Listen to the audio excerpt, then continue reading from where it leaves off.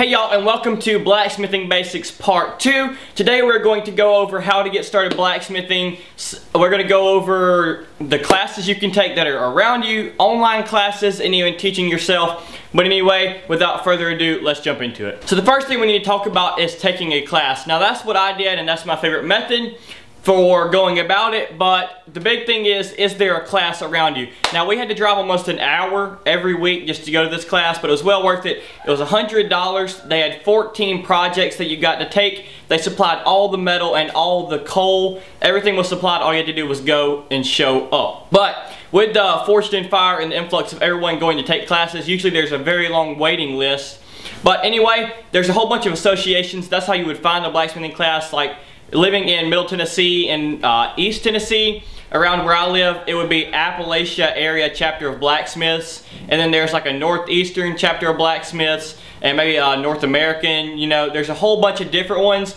I will link a whole bunch of those down in the description, so be sure to go check those out and see if there's one around you. Now in addition, online classes are a good thing if you can't find a class near you that you could actually go to in person. I know Alex still has one. Now the only bad thing about these are they are going to be much more expensive than an actual class. I'm sure because they have to put so much more production into it. They don't just have to show up and teach you.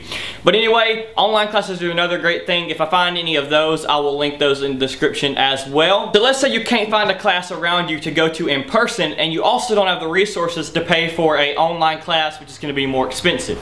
Well, your final option is going to be to teach yourself. Now this would work. It's going to take much longer than, say, taking a class, just because you won't have anyone to stand by you and actually teach you. You'll have to be teaching yourself and learning from your mistakes.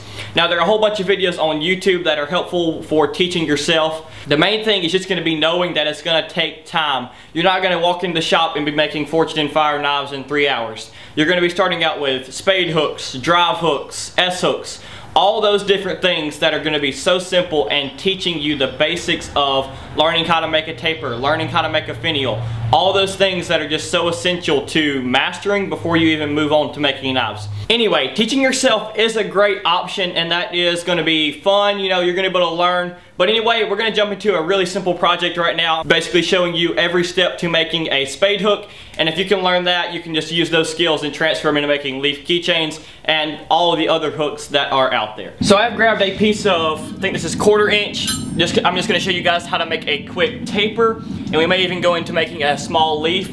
But you're going to want to have a piece that's long enough that you can hold in your hand, or have a good pair of tongs or vice grips. I was going to use vice grips to show y'all. I'm not going to say I've learned from experience, but when hot metal hits your nose because you're using vice grips, it hurts bad.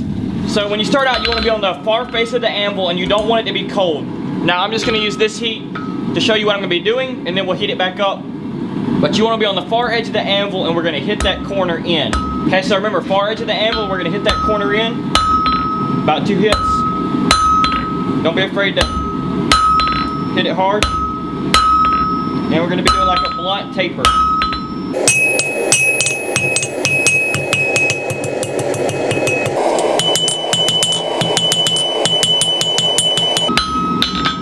Okay, now that we have a taper, well, what do we do with it? It doesn't look very cool right now.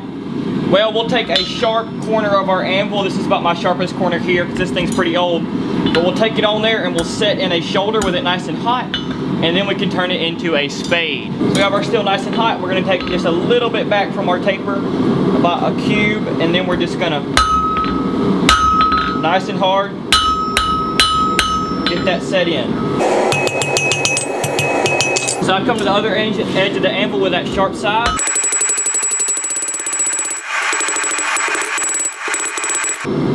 Now you have just a little spade there. It's not the prettiest thing ever, but it was out of some pretty small stock. If you get like 3/8 or something, they'll look a little bit nicer. I cut the piece of steel off about this long, you know, just whatever size you want, with the spade on one end, and now we're just going to throw the other end in the fire, and we're going to make this a spade hook, because a spade by itself is pretty boring. So using the technique we just learned, we're going to go to the far face of the anvil and start our taper. And once you have the taper drawn out, you'll just start moving it back.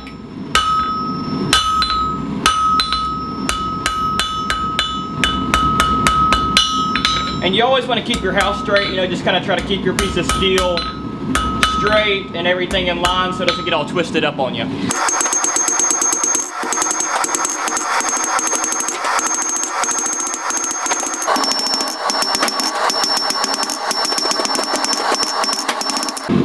Alright, so we have the taper finished up. Now we are going to do the finial, and you want to make sure your shoulder is facing up.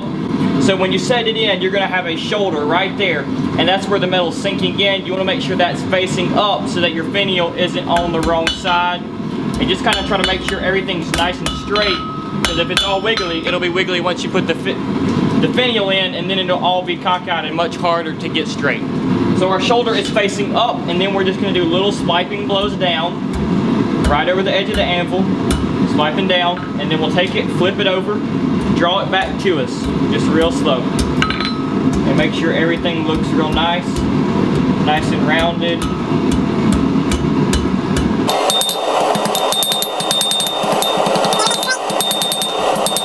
Okay, so A number one is you want to cool your finial. So now that we have the finial cool, we'll come over here to the horn, and we'll start doing the hook, just over the horn.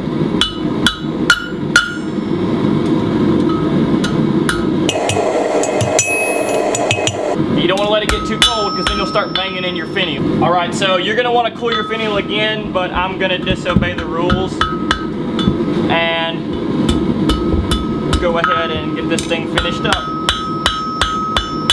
Make sure everything is straight. You don't want any kind of bends or anything. Look at it from both ways, like I can tell my getting a little cockeyed. Now we'll grab it from this end. We have a little hook. This took me about 5-10 minutes to make. It'll take you much longer because you're learning, but just make a whole bunch of these. They're super fun. Just a whole bunch of different techniques. You do a finial, you do a spade, tapering, and then if you want to, eventually you can start putting a twist in them.